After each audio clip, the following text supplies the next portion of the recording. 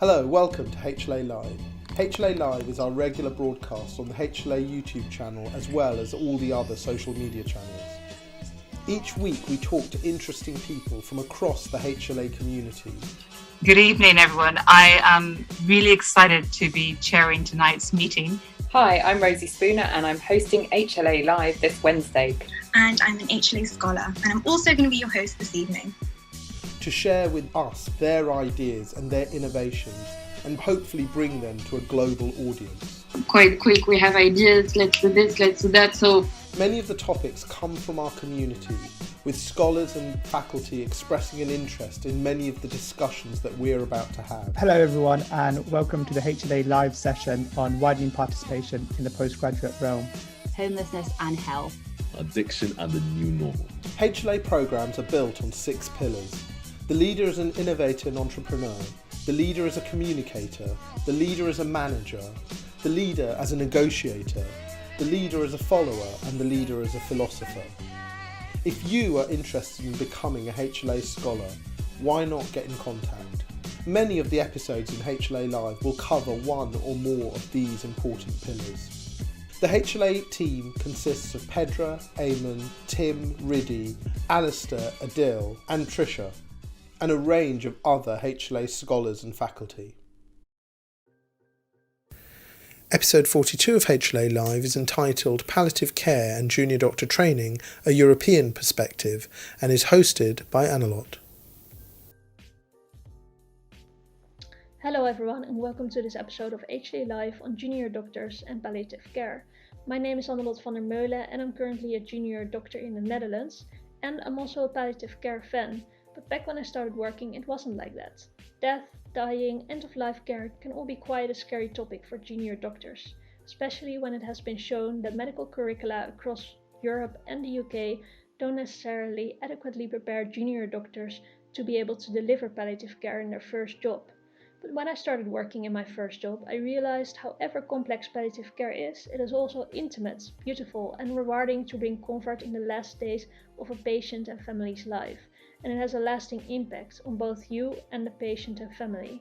And so the aim of this episode is really to tune into how can we instill more confidence, more knowledge, more skills in junior doctors with regards to palliative care. And so we first will be speaking to some junior doctors about their frontline experiences with palliative care, after which we will move on to 2 senior healthcare professionals talking about palliative care, education and leadership. Can you briefly introduce yourself? Hi, my name is Katie. I'm currently a PhD student at the Amsterdam Medical Center at the Department of Neurology, and I've worked the past year as a neurology, resident, but not during residency, in Leeuwarden, the medical center in Leeuwarden.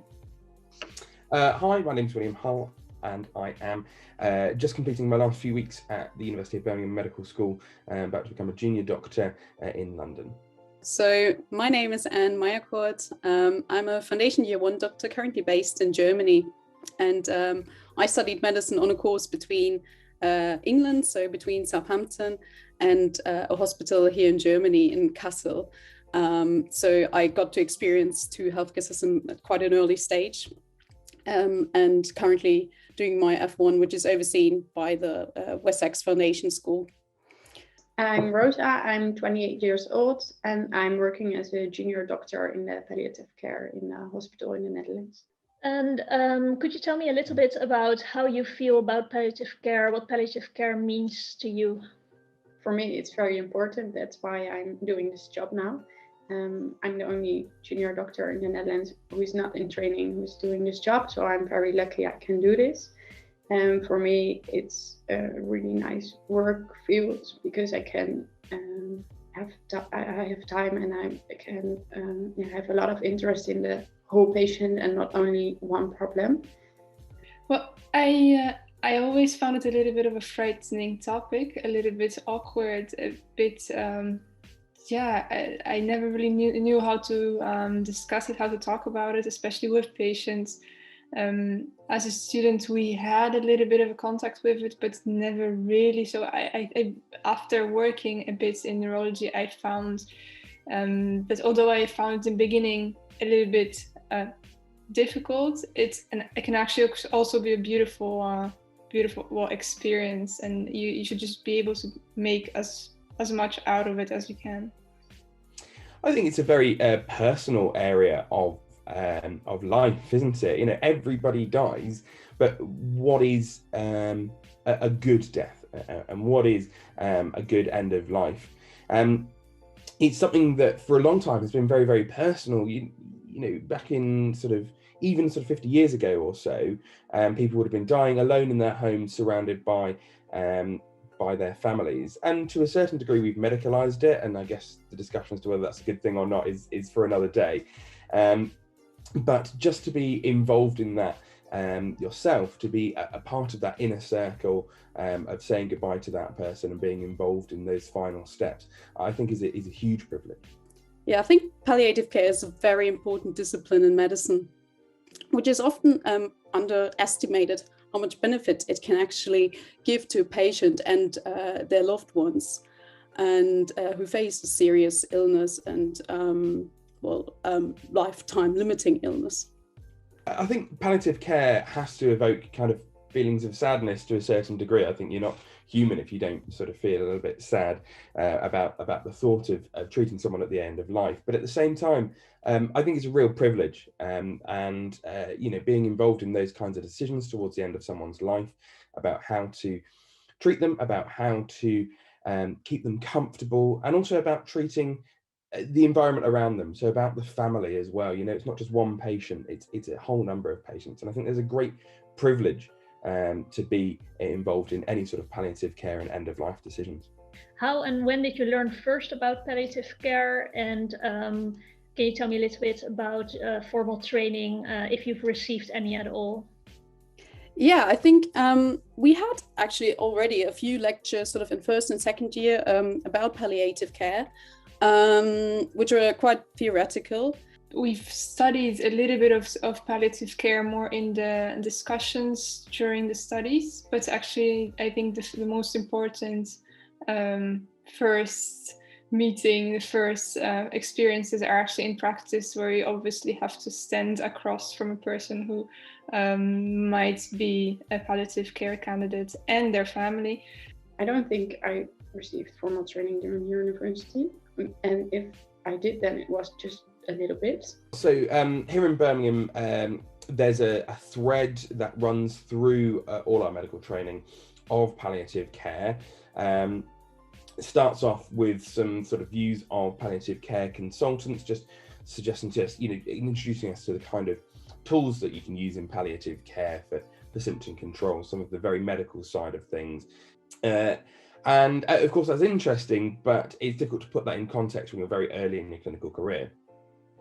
As you move on through the medical training, actually have hospice experience days, whereby you go into hospice, see what the hospice is all about, speak to some patients in the hospice environment, speak to some families, and really see the whole process that goes on in there. But actually what was really important for me was we also got the opportunity to go out into hospice at home, into the community, and see some of the patients who were under the care of the hospice and the palliative care team, but were actually wanting to spend their last sort of days, weeks, months at home.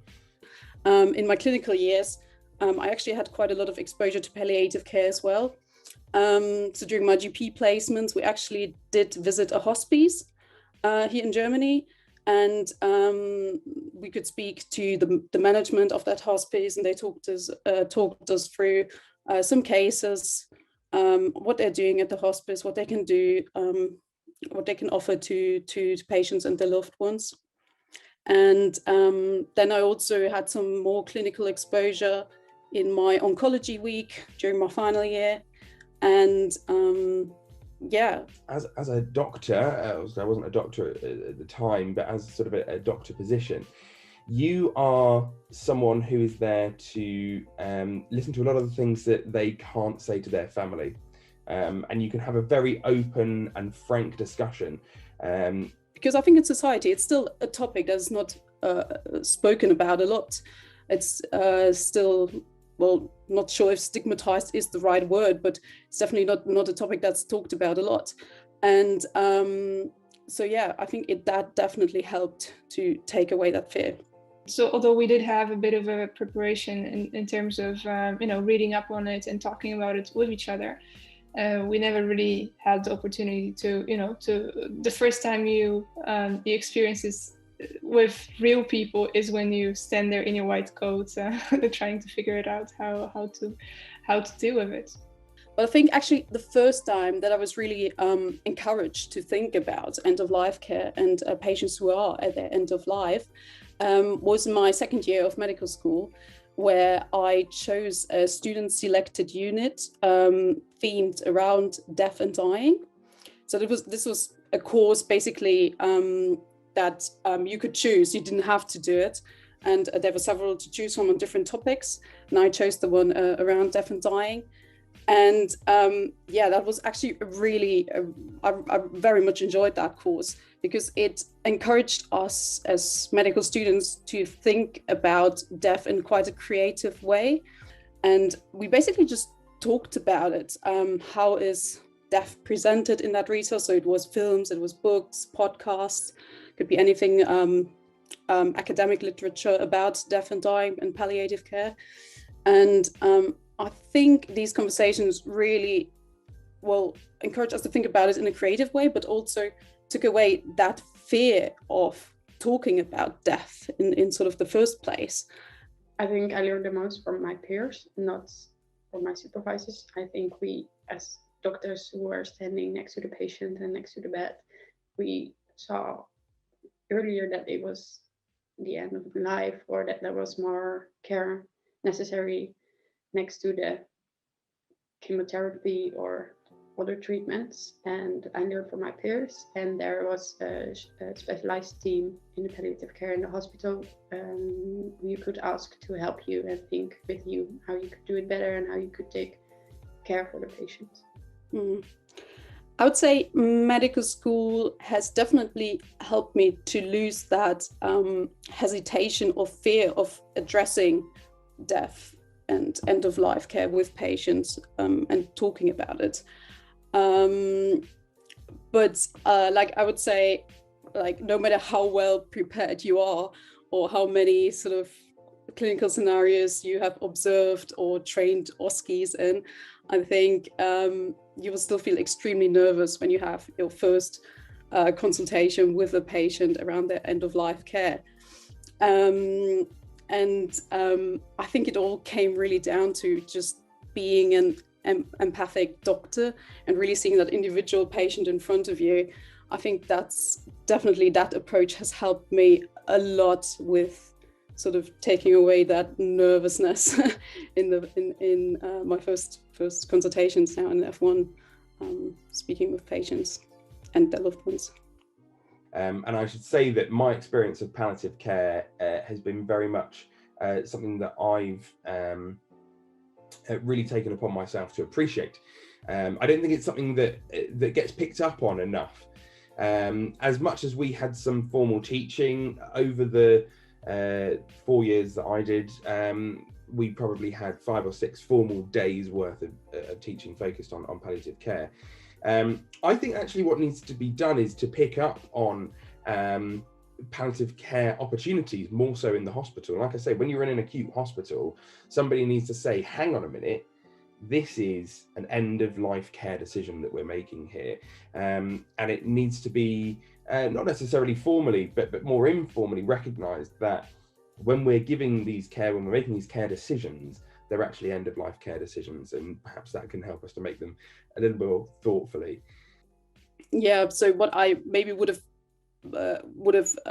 hoped sort of for courses who, or what I think my medical school did actually quite good, was that mix of theoretical teaching as well as clinical experience. And also, I think I was quite privileged in that sense that I had that extra course of around death and dying in my second year of medical school. And I'm quite aware that maybe another student might have not had that same experience, and I did. But I think just really these creative approaches, I think they are really useful in bringing young doctors, getting them in touch with end-of-life care. Yeah, so did you feel adequately prepared to handle certain palliative care situations already while in your rotations, or maybe now in your first job? And if not, or if yes, how come? Well, I feel like that's a tricky question if I was adequately prepared. Or, to be honest, I don't think you can be adequately prepared to any of those situations. It's just like we practice giving bad news, but the first time you have to do it yourself with a person who actually has, let's say, cancer, it's very different. I don't think one can ever be prepared for making those kind of huge end-of-life care decisions. And of course, it's not for us to be making those, it's for the patient and the family to be making those decisions at the end of the day. I think I do feel fairly well prepared for the medical aspect of it. I feel like I have a good enough understanding from my teaching that I can appreciate how to treat things like pain towards the end of life, respiratory distress, agitation, secretions, all of these sorts of things. I think those are very medical, but actually in terms of delivering that care, which I will be doing in a few months' time, I don't think everyone can ever really be prepared for that, and that's something I imagine comes with experience. And I think for all the junior doctors, the night times are different, and then you have to do a lot more by yourself. So I thought I was prepared, but when you're there in the night and a patient is dying, then it's a different situation. So I knew a little bit, but when I was doing it in the night on my own as the only doctor, then I would like to have known more than I did. It was an issue for me. I found it very difficult to accept that she can just do nothing. Well, obviously you're helping people to pass away in a decent manner, but I saw it in the beginning as just doing nothing and letting somebody go and letting somebody die. So I found it very difficult, and only after I've seen a few people receiving palliative care and I've seen in what situations those things happen, I only understood what that actually can mean, and that it can actually improve the feeling that the family gets, and how that actually is the best choice that you have very often. So that's I feel like talking to people and seeing things helps the most. I think maybe just also another sort of fact from medical school that had stuck with me, was that statistic that was often quoted, that when you actually ask people where they want to die, that most of them do say, well, I hope to die at home or in a hospice. But then actually the reality is that most of people actually die in the hospital. And I think just this figure has always sort of stuck with me and really encouraged me to think about and make that extra sort of conversation and with my patients, and making that extra effort of seeing, well, can we do something to help them get their wish fulfilled? Because I think it's just a statistic that has sort of really shocked me, that there's such a big discrepancy between the two. Yeah. Is there anything you would have liked to have known about palliative care, or certain skills before you started your first job as a junior doctor?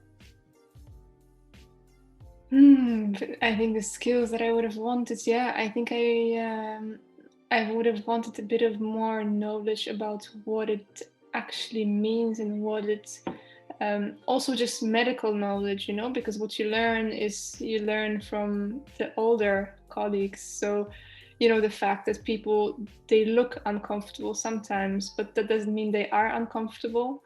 You have to know that to be able to tell it to the family, because if you walk in the room and it's middle of the night and you have your it's one of your first nights that you have, and somebody is receiving palliative therapy and they look uncomfortable, and the family, of course, they will worry. Then you have to be able to explain to them that it just looks that way, that person actually isn't uncomfortable, even though it's it seems that way because they breathe fast, for instance. So I think those even medical issues sometimes would be helpful to know. But of course, how do you actually, what are the steps?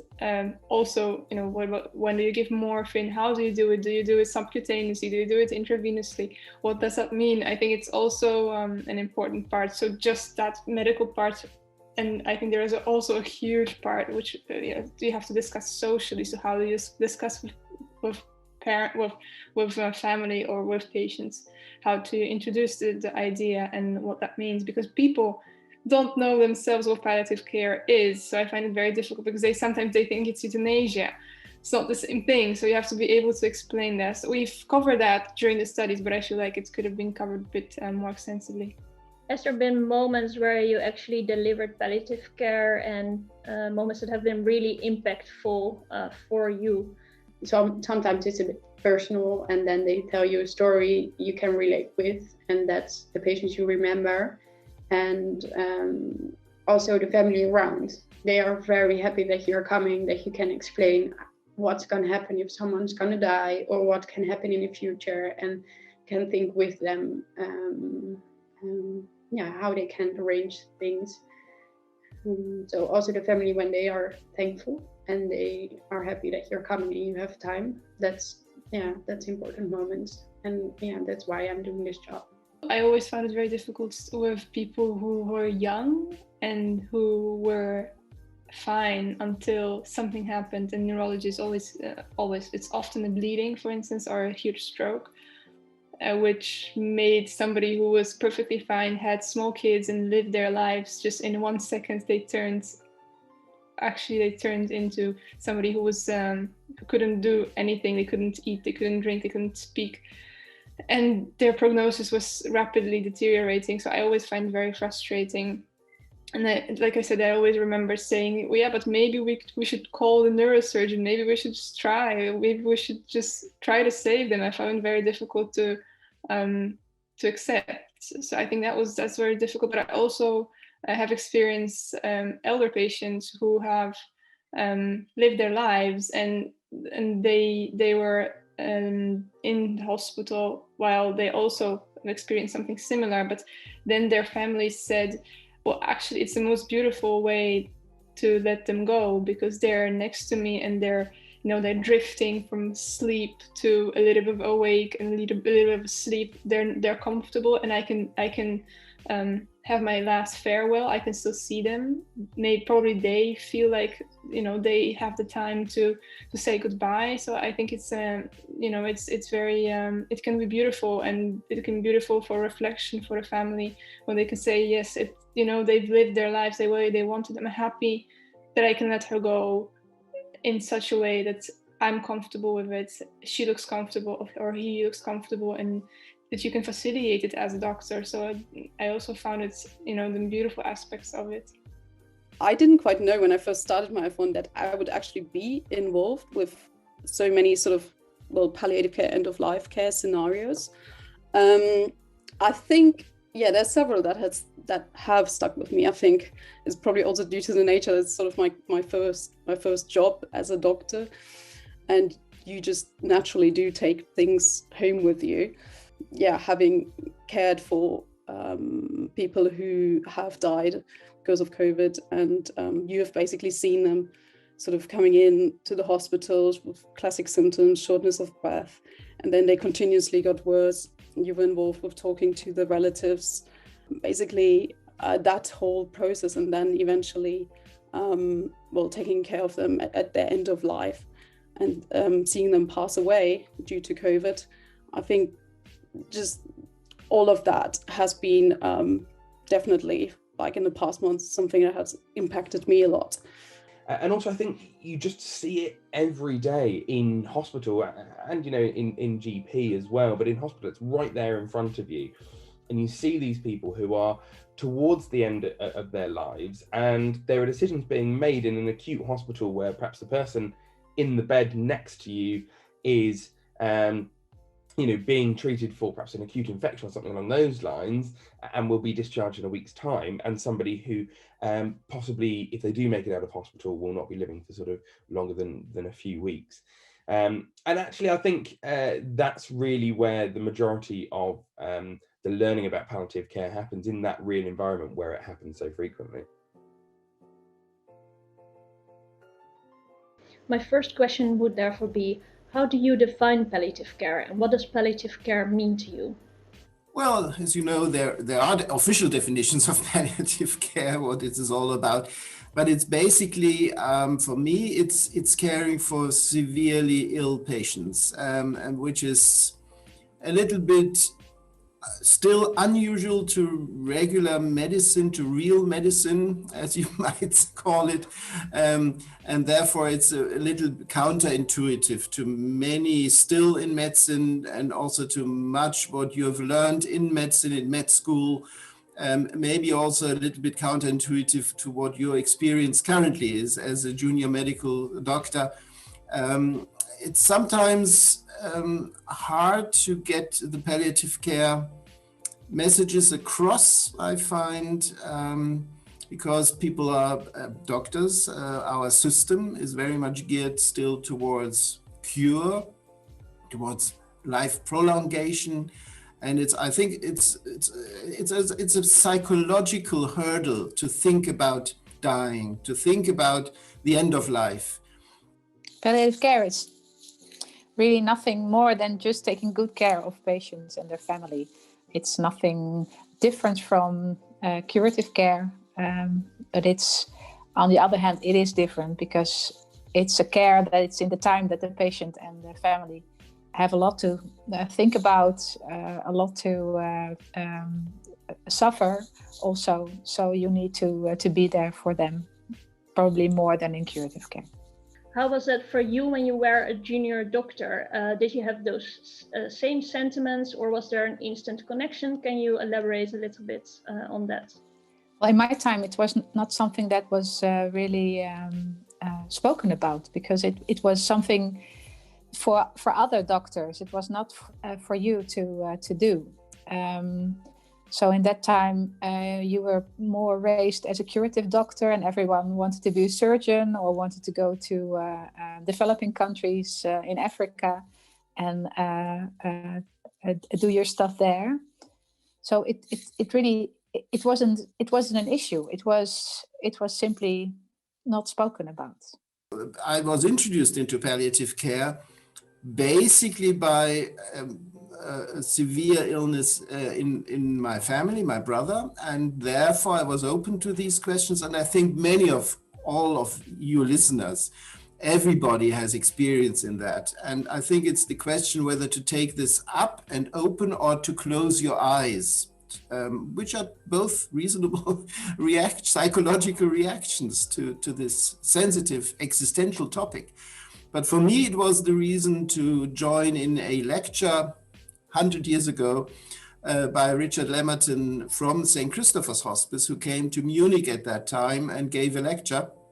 And I approached him because I knew I had to do a medical apprenticeship, or whatever you call it, in my medical studies. And he suggested to go up to a Scottish hospice. And this is where I went for a month as a young medical. It was my first clinical encounter. And there I saw that A, medicine can look for patients who are severely ill, and B, medicine can make jokes, can be humorous, can be relaxed, even in those severe instances. And when I drove or went with one of the consultants there to a home visit, and he drove us there. He said, medicine is like this gear in my car. There are several gears, and you must know which gear to take in what clinical situation. I think this is quite something. You must know which gear you have to take, which medical gear in which clinical situation. And that's hard to know and to get the experience in all of those gears, from emergency medicine through to palliative care, and then to adapt them to the clinical situation of your patients in front of you. So times have changed, obviously, and during your career, you have gained an interest. Was there any particular moment that you realized you started to get an interest in that? Can you elaborate a little bit in your discovering process of your interest in palliative care? It came up to me naturally. This, of course, is something which, and I immediately was attracted to that idea of medicine, immediately. Well, first of all, when I was a young doctor, studying to become a young doctor, I was in a hospital and I had to take care together with my colleague. We were both at 25, I think. We had to take care of a young woman who was about our age, and she had a meningitis, so she was in sort of a coma. And it was very sad because we had to do daily arterial blood gas in her leg, and she suffered. She was sweating, she was painful, and we couldn't do much for her. There was no family, so we had no knowledge on how to take care of her. But instead, at that time, everyone turned away, including us. And I still feel bad about that because she died eventually. And she was just lying in the hospital bed. And what are current key issues or challenges that junior doctors may face while delivering palliative care? Well, I think one of the key issues is that you have enough palliative care education, and that you also know who your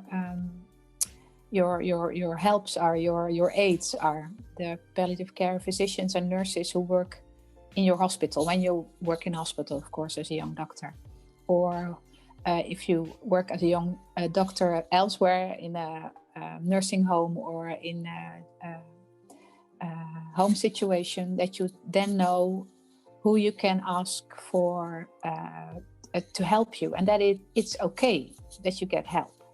So, but I think also every young doctor should have basic training in palliative care, so that you know what is your task, and you also know what you don't have to know, that you can always ask others to help you. And in that way, you take away a lot of the hobbles. You take away a lot of the barriers. For to try to do good palliative care. And I think once you take the first step, and you really see that just being there, just asking patients and family, how are you? What can I do for you? You don't need to do heroic things. You don't need to know every medication that is possible or every intervention, but just being there and being kind. That is the first step. And then it becomes more and more easy.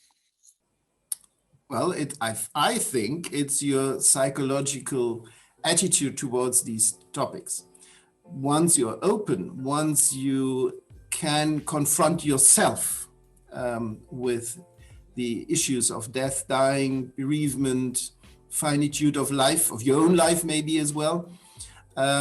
Once you're open to these issues, you are open to what the patient and the relatives say. You're open to learning more. You're open to feeling these things. Otherwise, you close your eyes, and it's maybe helpful for yourself, for your personality, because you're not harmed yourself, but it's not good for your patients. They may collude, actually. There's a lot of collusion. They may collude and tell you, well, I don't want to know about the end of my life. I want only to hear about cure, which is maybe hopeless anyway, and you will collude and say, oh yeah, there's cure, there's the possibility of a phase 1 trial here, and a new wonder drug coming from America there, things like that. Do you think that is something that medical schools should implement in their curriculum? Must, not should. No. It's essential. It's a must. Okay. You can't be a good doctor, practicing doctor. You can be a good doctor in a lab, of course, but not practicing doctor if you don't at least consider these things. You don't have to become a specialist. There are only a specialist palliative care physician. I'm not arguing for that, not at all. What I'm arguing is that every physician has to have knowledge, skills, attitudes around palliative care. It's essential for your work, for your life, for your own life balance as well, actually. Well, in the Netherlands, we've only just recently made up a core curriculum on palliative care for medical students and also for the young trainees and for the residents. So it's a stepwise education curriculum. And what is necessary is that every student has training in that. And it's about basic skills, it's about communication. And we need to incorporate lessons on that into every curricula in the Netherlands. And not every academic center is there already. Some are behind, some are a little bit better prepared, but it needs to be implemented structurally. It should be incorporated everywhere and from the very beginning, of course. But there is also the third goal of medicine, which is quality of life improvement, even early on, of course. So this aspect of medicine must be incorporated in all the curricula in some aspect, more relevant than others, across the whole spectrum, of course, because you are growing through med school and the other professions as well. You mentioned it. You're growing, you're getting a different experience, maybe counterintuitive experience to what you're taught because of the culture still there.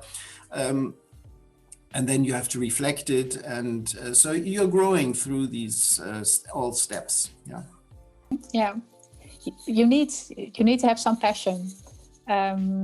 And enthusiasm is the most important one to stimulate. And I think you need ambassadors, maybe young doctors who are not that old, who can really say, well, this is the way to go, and you should hop on the train and follow me, because end-of-life care is important, palliative care is important, and it's all about you being a doctor. You want to help people, so it also includes palliative care or end-of-life care. So education is one way. The other way is maybe having it already in the middelbare school, in the secondary school or high school. Secondary school or high school, yeah. And try to make it more sexy. Try to put it into a game or into something on the internet. Make it lively. That's what we need. We need to step away from only fear, and that it is very sad all the time, because it's not. It's also, you can have a really good laugh with people who are very sick and their relatives. And it's about life. It's really about life. It's about why we are here on this planet. So there must also be a formal training in leadership in palliative care. It's, I think, different from other areas of medicine. If you look into heart surgery, it's a different kind of personalities there. You might need different leaders there, but for us, we have